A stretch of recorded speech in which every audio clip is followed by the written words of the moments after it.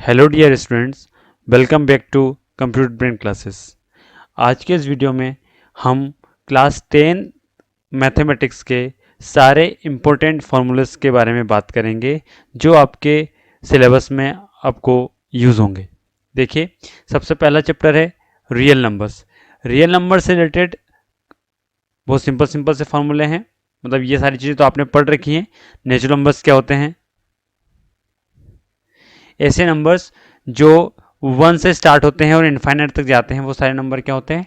Natural numbers होते हैं। यहाँ पे सेकंड दे रखा है होल नंबर्स, ये भी आप लोगों ने पढ़ रखा है। रेशनल नंबर्स, ये भी आप लोगों ने 6, 7, 8 क्लास में पढ़ रखे हैं। यहाँ पर फिर अगर चैप्टर सेकंड की बात करें तो ये है पॉलिनोमियल। पॉलिनोमियल में लीनियर क्या होता है, क्वाड्रेटिक पॉलिनोमियल क्या होता है और क्यूबिक क्या होता है। देखिए, लीनियर की हम बात करें तो एक ऐसा पॉलिनोमियल जिसकी हाईएस्ट पावर कितनी होती है? 1। जैसे यहाँ पर ए और बी क्या है? रियल नंबर्स हैं और एक्स क्या है? वेरिएबल। इसकी पावर क्या है? 1। तो ये क्या हो गया? Linear equation. यहाँ पे अगर आप देखेंगे तो इस क्वाड्रेटिक इक्वेशन में यहाँ पर ए बी सी क्या है? कांस्टेंट है और हाईएस्ट पावर क्या है? 2। तो इसको क्या बोलेंगे? Quadratic polynomial. क्यूबिक पॉलिनोमियल क्या होता है? ऐसा पॉलिनोमियल जिसकी हाईएस्ट पावर कितनी होती है? 3 होती है।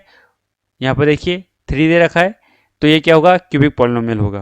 ठीक है, यहाँ पर ए बी सी क्या है? कांस्टेंट है। चलिए देखिए,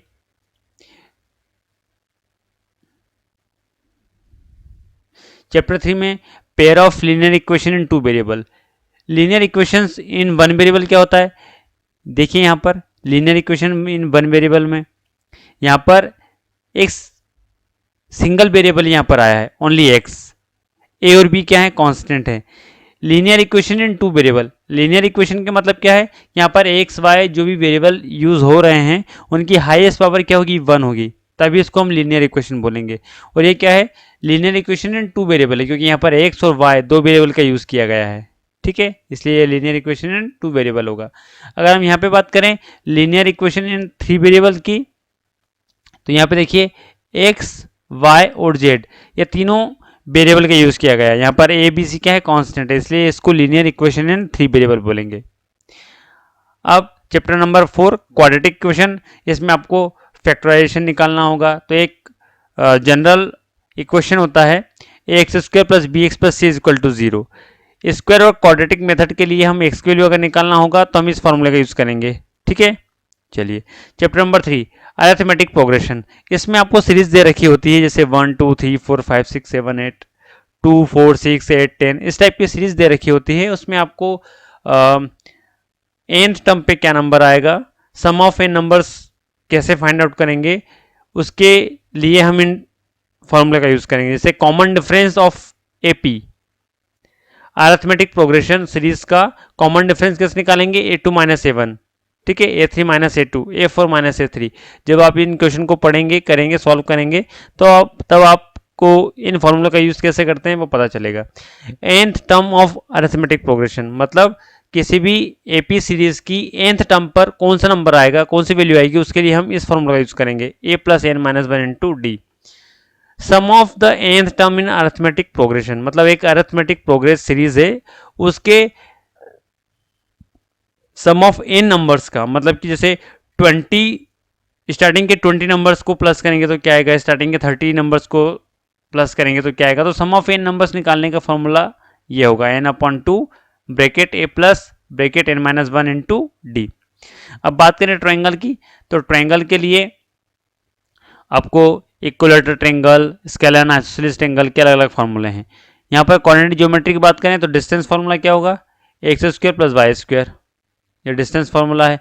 मतलब अगर 2 पॉइंट दे रखे हैं, इन दोनों पॉइंट के बीच की अगर आपको डिस्टेंस निकालना है तो इस फार्मूला का यूज करेंगे हम, डिस्टेंस फार्मूला। सेक्शन फार्मूला क्या होता है? ये होता है, यहाँ पर दे रखा है। एरिया ऑफ ट्रायंगल क्या होगा? तो इस फार्मूले का यूज करेंगे हम एरिया ऑफ ट्रायंगल के लिए। चैप्टर 8 की बात करें, ट्रिग्नोमेट्री की बात करें, तो यहाँ पर देखिए ये जो sine theta, cos theta, tan, cot, sec, cosec, इन सब की वैल्यू है। मतलब साइन 0 डिग्री पे वैल्यू क्या होगी? 0। साइन 30 डिग्री की वैल्यू क्या होगी? 1/2। इस तरीके से sign, cos, ten, cot, sec, cosec इन सब के फॉर्मूले यहाँ पर, इनकी सबकी वैल्यू क्या दे रखी है? यहाँ पे दी हुई है। अब साइन थीटा क्या होता है, साइन थीटा को अपन 1/cos थीटा लिख सकते हैं और sine theta into cosec theta is equal to 1 भी लिख सकते हैं। इस तरीके के ये फॉर्मूले यहाँ पर दे रखे हैं। आप वीडियो को पॉज करके इन सारे फॉर्मूलेस को अपनी कॉपीज पर नोट डाउन भी कर सकते हैं और इसको रिवाइज कर सकते हैं। चलिए आगे बढ़ते हैं। चैप्टर 10 अगर हम बात करें एरिया ऑफ सर्कल की, तो एरिया ऑफ सर्कल क्या होता है, पाई आर स्क्वायर। सरकमफेरेंस कितना होगा, सरकमफेरेंस अगर किसी सर्कल निकालेंगे तो क्या होगा 2 pi R. Length of an arc क्या होगा, theta upon 360 into 2 pi R, है ना। यहाँ पे एरिया ऑफ सेक्टर क्या होगा, theta upon 360 into pi R square. Areas related to circle, areas of the ring, ring का एरिया क्या होगा, रिंग मतलब जैसे इस तरीके का कोई सर्कल है,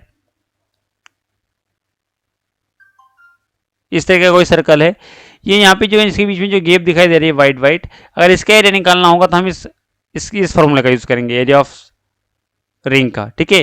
पेरीमीटर ऑफ सेमी सर्कल क्या होगा, pi R plus 2r। Perimeter of sector क्या होगा, इस फॉर्मूले का यूज करेंगे, ठीक है। चलिए आगे बढ़ते हैं।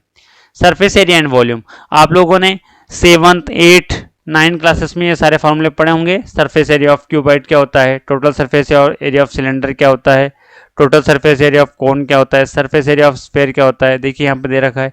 Total surface area of frustum of a cone क्या होता है, देखिए यहाँ पर दे रखा है पूरे सारे फॉर्मूले। आप इन सारे फॉर्मूले को अपनी कॉपीज पर नोट डाउन कर सकते हैं और इसको रिवाइज भी कर सकते हैं।